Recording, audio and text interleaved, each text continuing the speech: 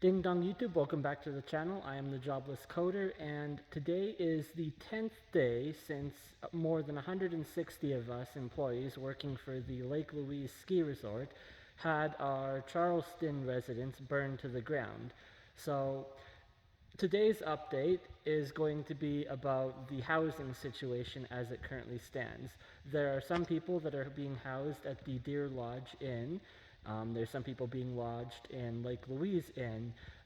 They were informed yesterday that going forward they were going to be having to pay for their meals, but today they are going to be getting $30 voucher per day going towards their meals, given that they don't have fridges apparently and can't store food and they can't cook their food either. And so it doesn't seem very fair, obviously, for them to be paying for their meals, where someone such as myself, who is staying here at Sunshine Village in Banff, our meals are provided for us 3 meals a day, entirely completely free. We were informed yesterday that we are going to be getting our $200 damage deposits back on our next paycheck, as well as our next paycheck will have $0 deducted for rent. As it stands, there's still all of us spread out all over the place.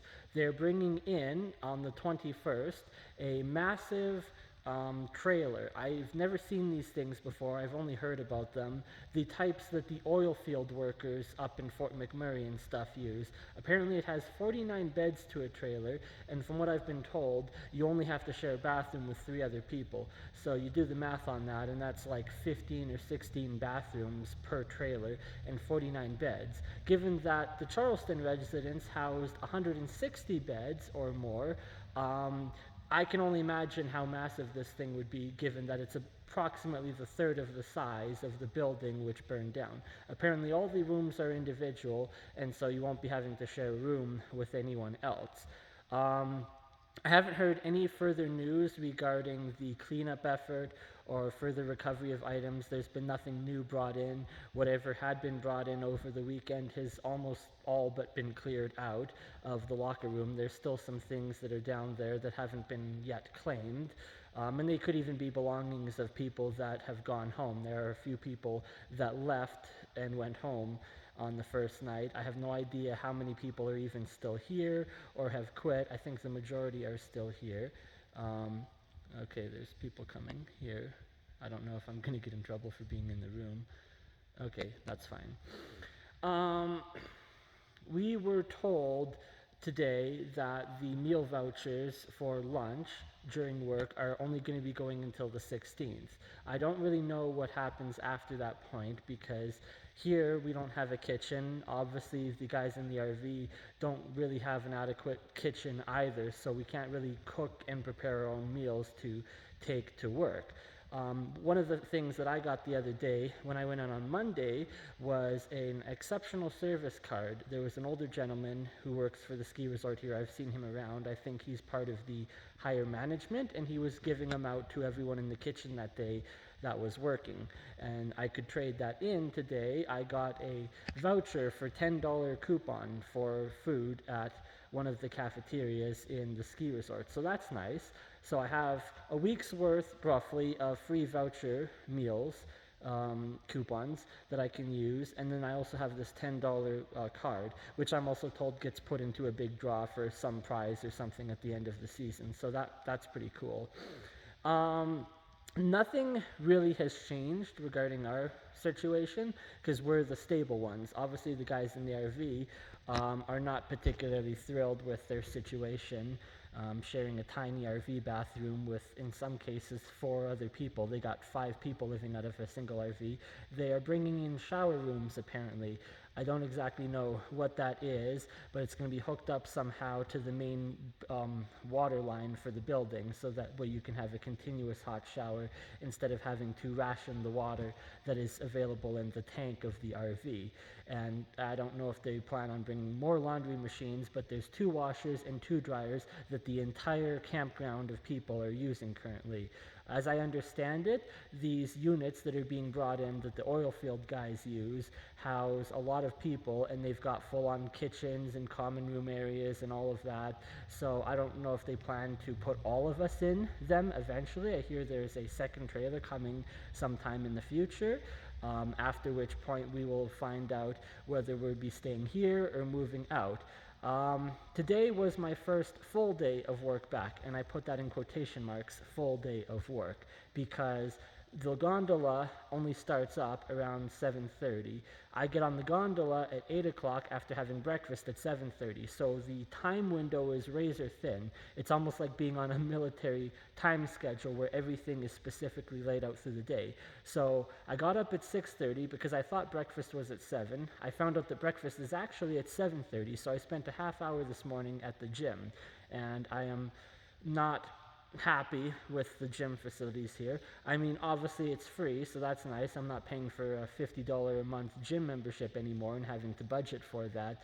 But the gym literally just has free weights and like a barbell for a bench press, some elliptical machines and cardio stuff, and like a broken cable machine. So and it's a tiny room. It's not really an adequate gym facility. There's nothing machine-wise for training your legs and stuff. I'm sure you can do a squat with a barbell. It's not like the gym facility in Chucktown. The recreational center there is actually very nice, and from what I heard, it was only constructed 2 years ago.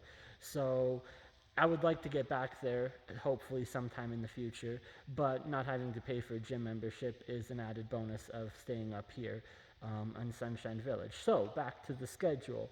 7 o'clock, I thought I was going to be having breakfast, so I went to the gym instead for half an hour, and then I had breakfast at 7:30. I had to jump on the gondola at 8 o'clock so I could be at the bottom of the hill for 8:30 when the bus leaves. By the time we get to work and off of the bus and where we need to go to punch in, it's about 9:30. So I'm basically starting at 9:30 and only working until 4 o'clock. And today we were done early, so I only checked out at 3:30. So that's basically just a 6-hour day, minus a half-hour lunch break, and it's 5.5-hour day. So I am definitely not working 40 hours a week and not making the same amount of money that I would otherwise, even given that we're not paying for rent and food and we can cross those items off of our budget.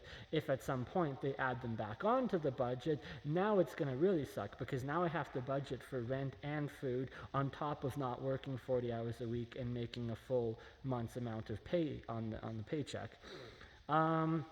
So I would like to be back in Charleston. Well, Charleston, I mean Lake Louise. Charleston's gone, and it's not coming back for some time. There are plans to rebuild a new building, but it's going to take them some period of time before that happens.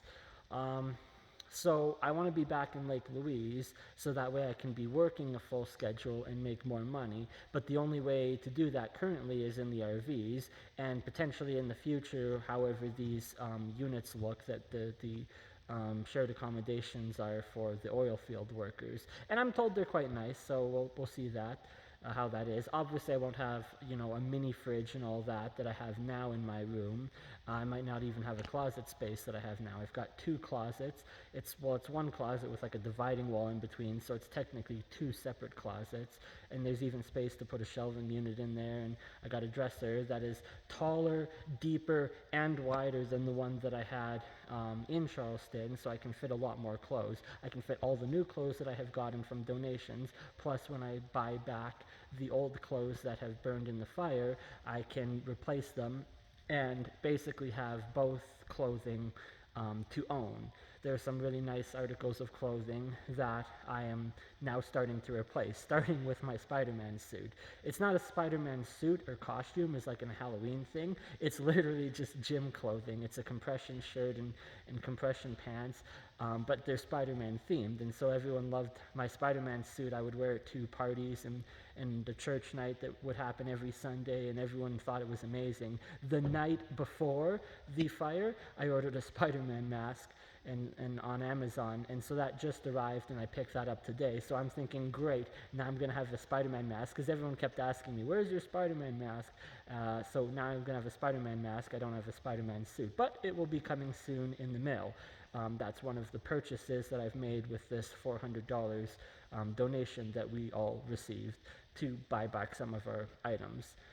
Um, so tomorrow I'm going to be going back to work again. I don't really know how my schedule is going to look because they've booked me for Friday, Saturday, and Sunday off, but I also didn't work yesterday, so I hope that I can work through until Sunday, from 5 days, today, Thursday, Friday, Saturday, Sunday, and then take a break, but we'll just wait and see. I saw one of my coworkers for the first time since the fire started.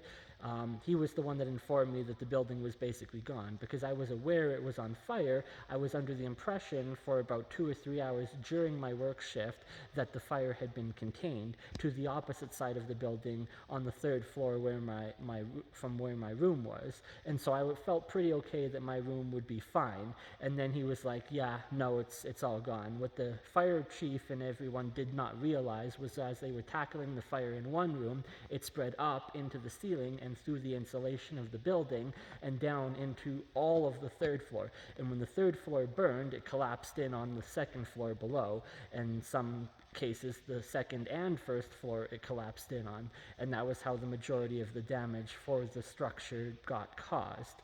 And then of course the propane tanks exploding and all that caused a lot more damage. So that is basically how the fire spread throughout the building.